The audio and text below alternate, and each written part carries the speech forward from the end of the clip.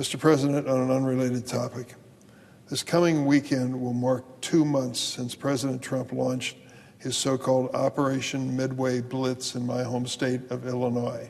You remember what it's all about. The President was sending in ICE agents dressed in combat uniforms with masks on their face and no identification as to who they work for, to arrest what they considered to be would-be robbers, terrorists, murderers, rapists, and the criminally insane who had come across our border in past years. They set out to do that, but what has happened is exactly the opposite. Instead of taking dangerous people off the street, they are harassing and intimidating people who have no crimes in their background whatsoever. The stories just come tumbling in every single day.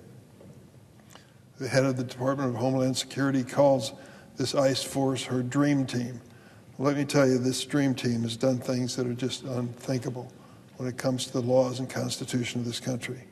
In the 2 months since the President started sending these workers in, he's achieved what I believe his true objective was, not to bring down violent crime, but to spread fear in the hearts of our communities, especially our immigrant communities. In these 2 months, we've seen people thrown to the ground and beaten. This is not speculation. It is videotaped. We have it. We've seen children ripped from their beds in the middle of the night and zip-tied outside of an apartment complex on the South Shore Avenue of Chicago. And we've seen tear gas canisters deployed against pastors, journalists, and police. Think of that. It's reached a point that the federal court is entertaining depositions today from the leader of this effort of the so-called Dream Team ICE agents, trying to explain why their violence can be justified. Innocent people have been caught up in this terror, not just the worst of the worst, as the President promised, and his team has claimed, but American citizens, legal residents, and immigrants who've built their lives and raised their families here, and they pose no threat to public safety, and yet they're the targets of these ICE agents. I want to share with you the story of one of these people.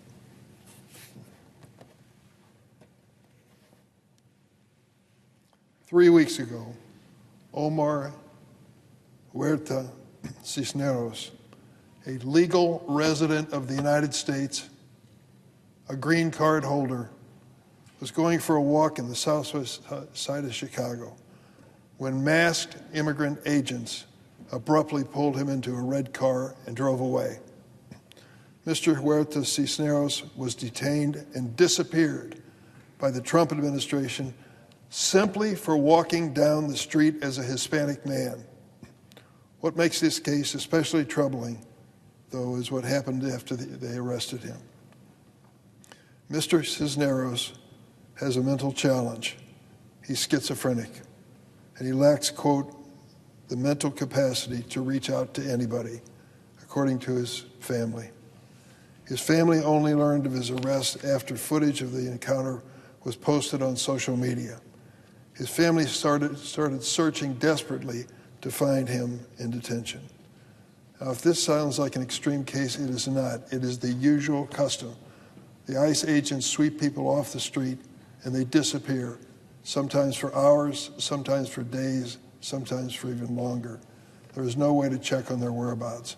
If you think that sounds like something very unusual, if you watched all the crime shows on TV, of what a warrant for an arrest may be, what the arrest process will be, what the Miranda warnings may be, this is totally unusual.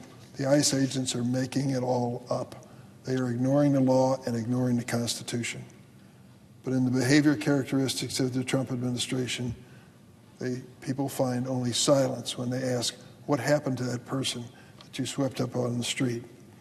The family had to resort to pleading to the community and posting these missing person posters on social media to try to find Mr. Cisneros.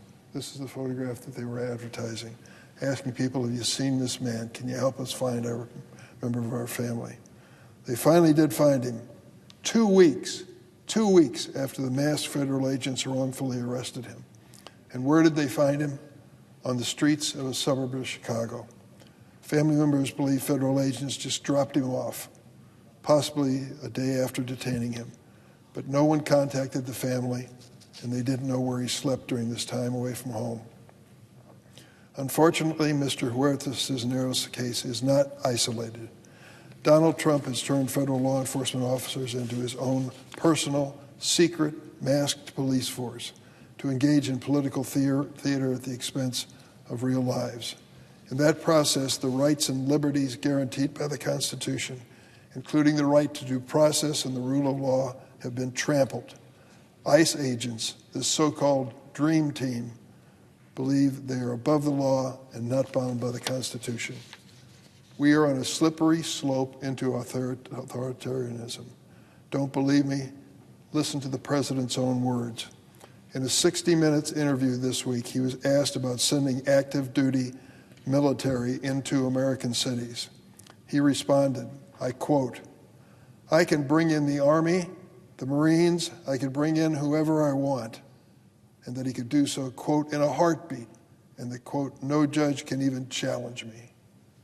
He also said ICE raids hadn't gone far enough. Tell that to Mr. Cisneros and his family and every other Illinoisan who's caught up in these cruel and chaotic raids. To think that this man is a robber, a rapist, a terrorist, a murderer, criminally insane, is just almost laughable if it wasn't such a sad situation exploiting this poor gentleman. In the face of such ugliness, Chicago and the people that live there have shown up to stand up for one another. We saw it in Mr. Cisneros' case. Neighbors helping neighbors, trying to find this man who was disappeared by the ICE agents in Chicago.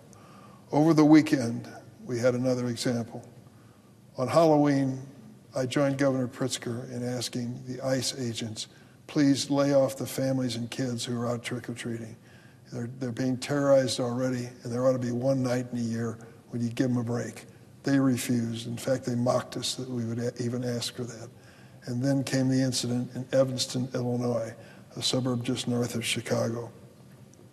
It was an incident which embarrassed a lot of people and worried them that we were moving toward a police state, with the ICE agents going up and down the streets looking for people who were raking leaves, checking on each one of them in terms of their background and their citizenship and their identity.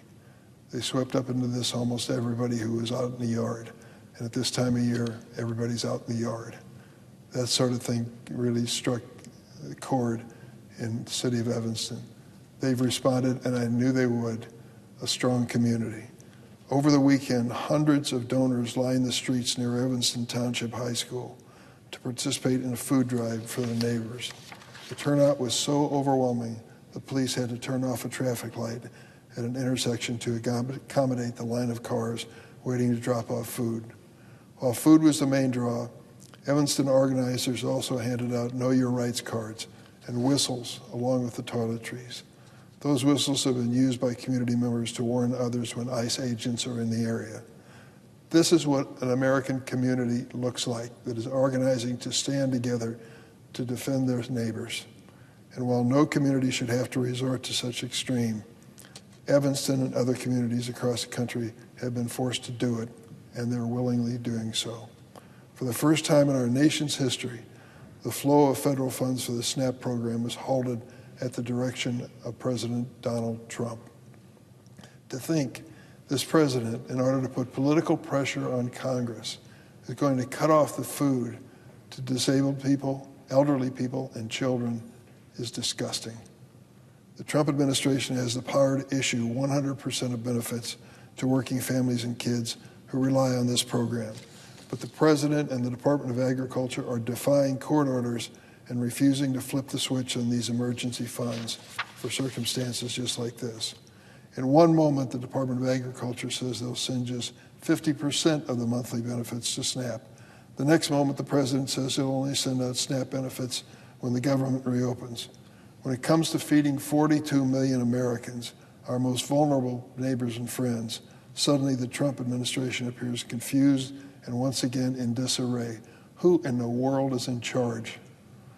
But it has no problem remodeling the White House bathrooms with marble and gold, throwing a Great Gatsby Halloween party for your richest friends, and passing tax cuts for millionaires and billionaires, or inviting Senate Republicans down for breakfast this morning, as Americans, many of them, struggle to pay for their own breakfast. It's time for this administration to stop this chaos. Families across America deserve better.